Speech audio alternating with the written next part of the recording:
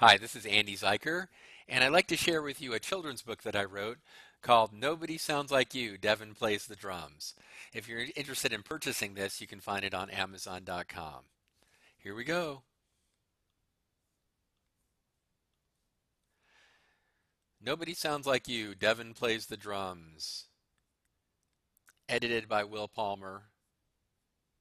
Written by myself, illustrated by Joe Ramirez. This book is dedicated to Billy Sticks Nix, who was my drum teacher for many years. Thank you for the inspiration. To find out about Billy Sticks Nix, you can look him up on Google or go to billynix.com, which I think still exists. Devan was an extraordinarily excitable boy. His mind worked faster than the rest of his body, causing him to constantly knock things over. Thud, crack, crash. Devan would often get his feet tangled and end up in a heap on the ground. When Devan had one of his accidents, his mom would come running with an emergency pack of Band-Aids.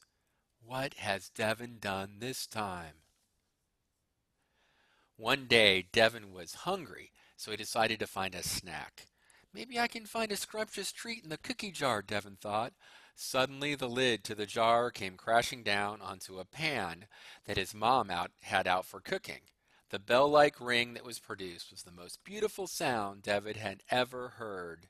Ding! Devan found some wooden spoons in a drawer, got as many pots and pans as he could find, and started drumming away. When his mom arrived, she looked angry. Devan had broken all of her wooden spoons. Devan was very excited about all the music he was making. He went around the house and banged on anything he could find. The vibrations that he felt filled him with joy. His mom winced in agony. He began to notice other exciting sounds around him. When he went to sporting events, he observed the crowd cheering, clapping, and stomping along with the cheerleaders. Pep bands at basketball games and marching bands at football games played great music, but Devan always focused on the drummers and percussionists. Devan's mom was getting tired of all the noise in the house. He and his brother thought it might be best if they played music in the privacy of the crawl space in their basement. They didn't have any instruments, so his brother sang while playing air guitar, and Devan banged away on a Chinese checker set.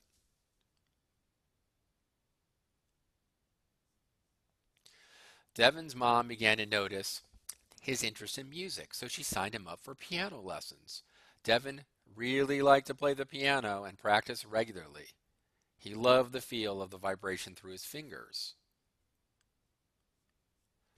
Devan was doing so well with his piano lessons that his teacher decided he was ready for a recital. Devan walked into a huge auditorium, the largest one he had ever seen. Deep crimson draperies fell in swirling spirals. Trying to ignore the butterflies in his stomach, he walked onto the stage, his head held high. He dared a glance into the audience and found to his shock that only 4 judges sat in the audience, all in the second row. They must be the judges, he thought. He confidently sat down on the piano bench, but then his mind and fingers froze up at the same time. He walked off the stage crying. When he got backstage, an inner voice told him to go back on and try again.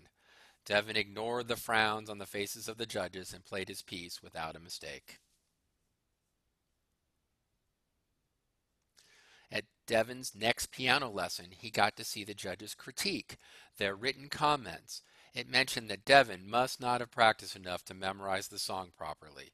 He was furious as he read. He wrote at the bottom of the critique, "Devan is the best piano player in the world," and didn't return to piano lessons again.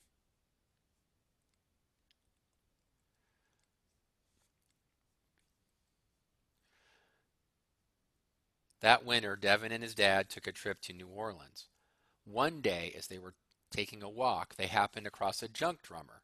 Devan was fascinated by the full sound of the drummer, who played only trash cans, jingles attached to his feet, and other collected junk. Devan decided on that day that he wanted to be a drummer.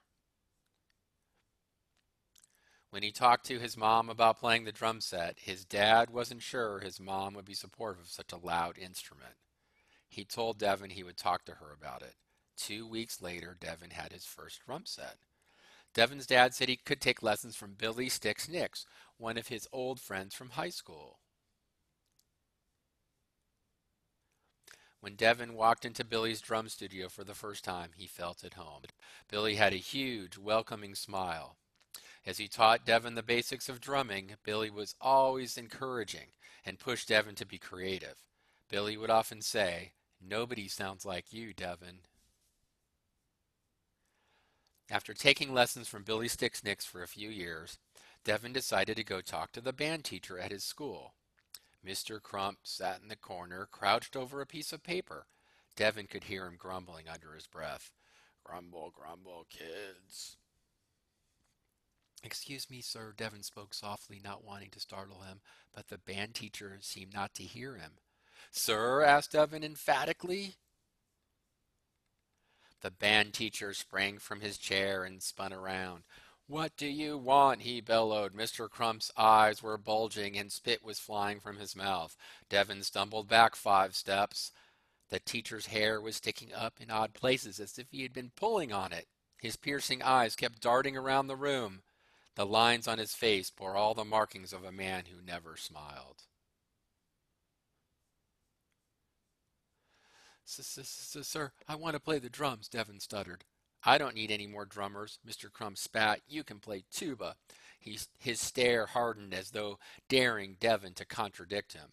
Devan turned and walked out of the room, realizing that this wasn't the kind of band he wanted to be part of. His true love was drum sets. Then an idea lit up Devan's excited face. He was going to form a rock band. Devan dreamed of the day he would be in a band. Years later, Devan was standing backstage. This time the auditorium was packed. He wasn't nervous at all. He remembered and was reassured by what Billy Sticks Nicks had told him. "Nobody sounds like you, Devan." Behind the drum set, glancing at the audience, he noticed his mom in the front row. She had a big smile on her face. Devan wondered what she must be thinking. Devan's mom glanced up at her rock star son and thought, "I'm so proud of my boy. Plus, he is now so coordinated that he won't break anything in the house." And that's the end. I hope you enjoyed it. Thank you for listening.